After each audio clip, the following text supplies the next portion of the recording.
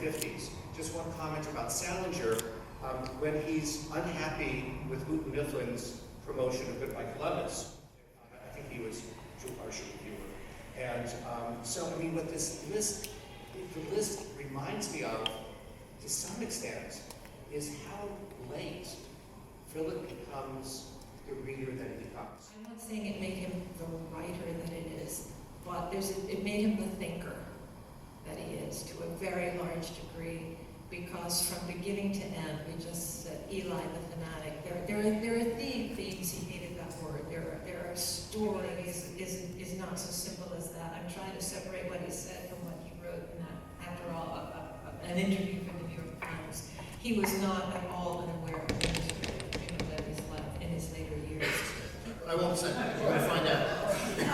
And a woman named Kristen, a much younger woman, a German woman, who's eventually going to end up in a threesome with Mickey and his, Dranka, the great love of and honored Roth in our city of Newark through the Philip Roth Room, which I hope you all will go to at some point over the weekend at the Newark Public Library. So thank you, Rosemary, for everything you did with us over the last year and a half.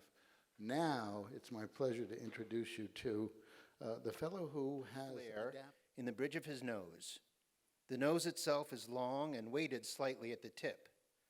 The nose of half the Jewish boys who were my friends in high school. Skulls chiseled like this one were shoveled by the thousands from the ovens. Had he lived, his would have been among them. Of Big Bear. He tells Aunt Rhoda that he just wants to see where she works. That night he writes in his diary, "With the customers she is forthright and cheery, and so managerial about taste, that when I hear her explain to a chubby young bride why green and blue from my house, and how I bicycled there as a boy every 2 weeks to borrow books. I carried home books, half a dozen at a time, in the basket of my bike. But I've told that story already, and probably you're thinking in more than one book." And the drunks scattered thinly about in the bleachers. Most of the drunks didn't bother anyone, but slept the afternoon away, whimpering and snoring in the summer sun. But there was one of them I remember, an inspired one, who would rouse himself every inning or so and, looking groggily around, try to figure out where he was. And then, no matter what was going on in the game... Thanks for coming. Happy birthday, Philip. Thank you.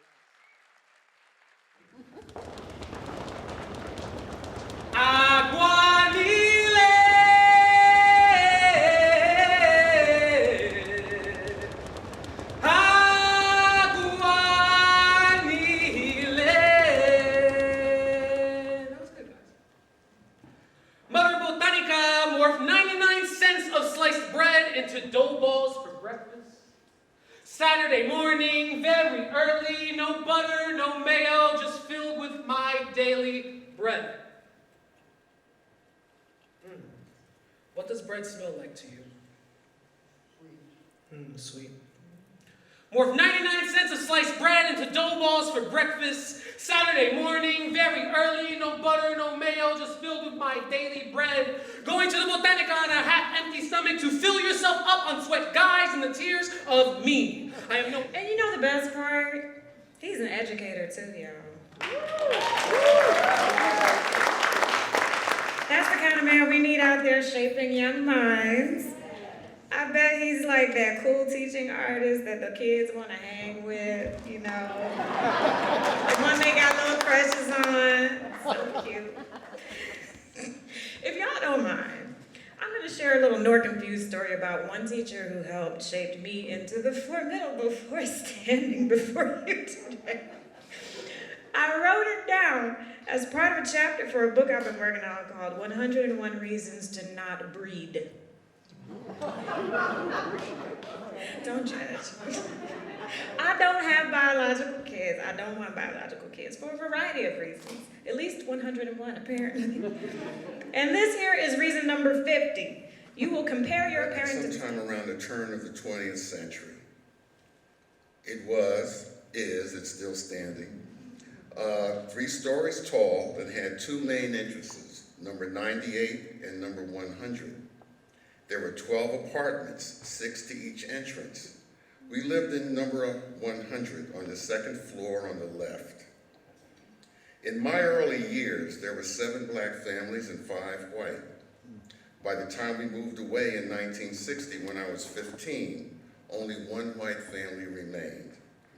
Today, there is only 1 black family. All the rest are Latino. The entrance to Barth's Smelting Works was directly across the street. A branch of the Bethlehem Steel Corporation was directly behind us on Albert Avenue.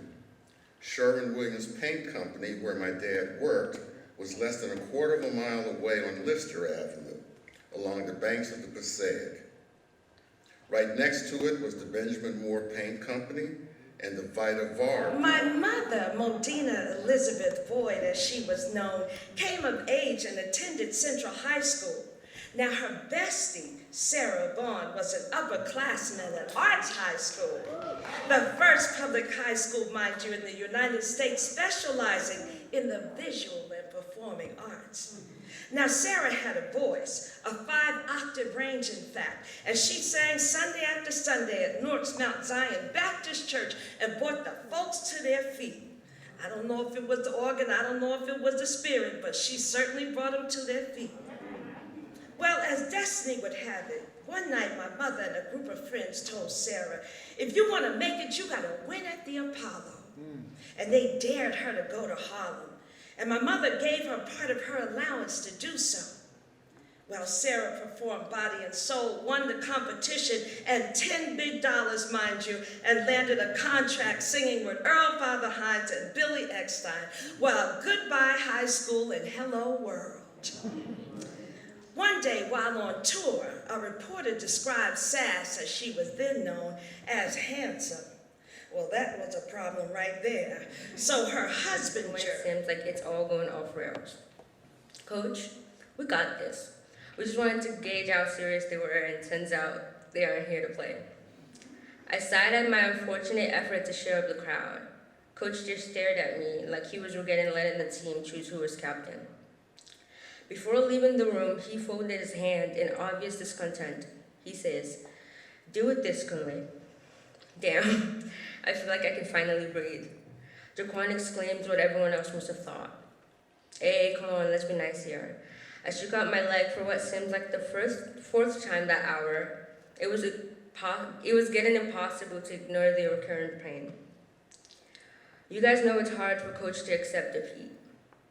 What's even going on out there? Baya asked in a struggling American accent. He'd been one of the first arrived. It's my first recollection of a home. Evenings throwing footballs in the setting sky, filling time as we waited for my mother to call us in to eat. The red house was the epitome of a family home. Memories of the bedazzled holidays tree standing tall in our living room as fire crackled within the hearth. My commuting family members asleep on the couches after another one of my annual beach birthday parties. That red house was purely home. But this red house, in all its glory, still wasn't perfect. Regardless of how many people strolled through its interiors or the compliments given to its growing development, it wasn't permanent. The red house could never be permanent. The first time I realized this was at 10. Sneaking through the oak-ridden floors, I approached the 2 locked metal doors. Blossom right up out of concrete, Newark then folded her baby back into its soil. Placed you between her palms and a psalm, a black girl with faith, as blind as the wind, yet as real as its whisper. Forcing us all to remember that God can look at you, sins and all, and still think that you are beautiful enough to die for. Whitney, I believe in miracles because of you. Promised to tell my daughter about you, about the day that God turned 1,000,000 mice into men that would carry your body to the gates of heaven. I believe that there is a glass slipper and a pair of wings for you and every girl from Newark with a dream. That it is the most beautiful, beautiful ball, beckoning us all to just dance with somebody.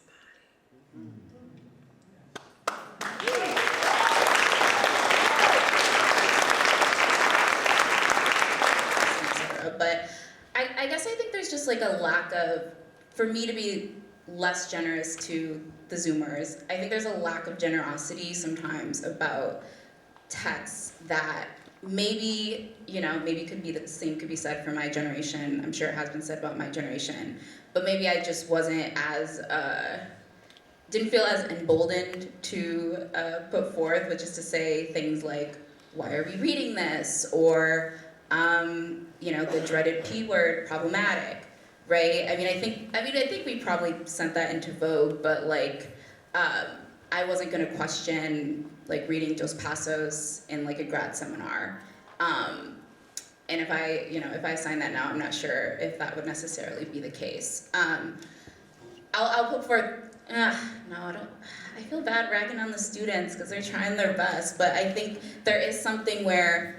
He had such discipline in working. He had a work ethic, a really, really Puritan work ethic about doing it, and that impressed me no end. Bernie, you were one of a number of friends who over time became people he sent manuscripts to. Yeah. I mean, before they were published. What was that like, or how did that come about, or maybe you don't want to go into that, but no, I think it's an interesting dimension of a friendship. It's interesting, the conversation. You say something, I immediately want to tell a story. Tell stories. Well, it's actually about who's he going to talk to. Roth invited us to play. He invited us to live. He invited us to breathe in his genius. I think he was surprised, although to be sure delighted by the praise that was bestowed on his work, and the pleasure, certainly, that his work is given to so many people. I think he was also wise enough in the ways of the world, and Lord knows, confident enough in his own talents to understand that it's a rough business to have your works read a year after you wrote them, 2 years after you wrote them, 20, 30, 50 years after you wrote them. The reappraisal of works 50 years later that were written in 1965. Now, the criticism is utterly fair and it should be taken seriously, but I wonder how many of the reassessments will be read, quoted, reprinted, reassessed word by word, even 2 years from now. Oh, she died. You knew it? Of course. And Irv, my son, he passed away. He was 66 years old, nothing. He passed away. We were in high school together. Yeah? You live here? No, not now. I did. I live in New England up north. So what made you come down here? Something told me you were still alive. Thank God, yes. Do you sleep much? No, that's my trouble. I hardly sleep. I never slept in my life. This is the first man I've met since going to sea who doesn't bore me stiff. Today is the 13th of April, right? Right. How do you know the date? I just know today's the 13th of April. How old do you think I am? I know how old you are. You're 100 years old. So how do you know? Because you were 5 years older than my father, your cousin, the butter and egg man, Sam. He sent you over here or what? Yeah. Yeah, he sent me over here. He did. He and his wife, Yetta. Do you see them often? Occasionally. He sent you over to me. Yes. Isn't that remarkable? It's there. If he can deliver remarkable, then the brain can come up with Mickey, Morty, Yetta, Sam, to hear him say, function on a day-to-day level in society. And I mean, that's a lot of fun. Yeah, I mean, you don't want to be doing something that's just like you know. That's kind of boring. That's not why you become an actor. Right, no, and I had a long relationship with Roth many years ago. He sort of, I'm going to say groomed me, he selected me. He selected me to work on this one-man show of Portnoy, and we worked on it together, alone. And I also did some, readings with for an audience, and so I had an interesting encounter with him, and I was asking him, well, why did you want me to do it? And he said, because I I think down deep you're really uninhibited, you know. And I was like, I think he was right. So I mean, I'm attracted to that. I'm attracted to that in his writing. And it was Andrew Wiley who gave me the book, because we had talked about doing various books. Andrew, I may not need to say this here in northern New Jersey, but he's a big kahuna of agents. Yeah, and so Andrew gave me the book, and I had never read it. And when I read it, I was like flabbergasted. I was like, but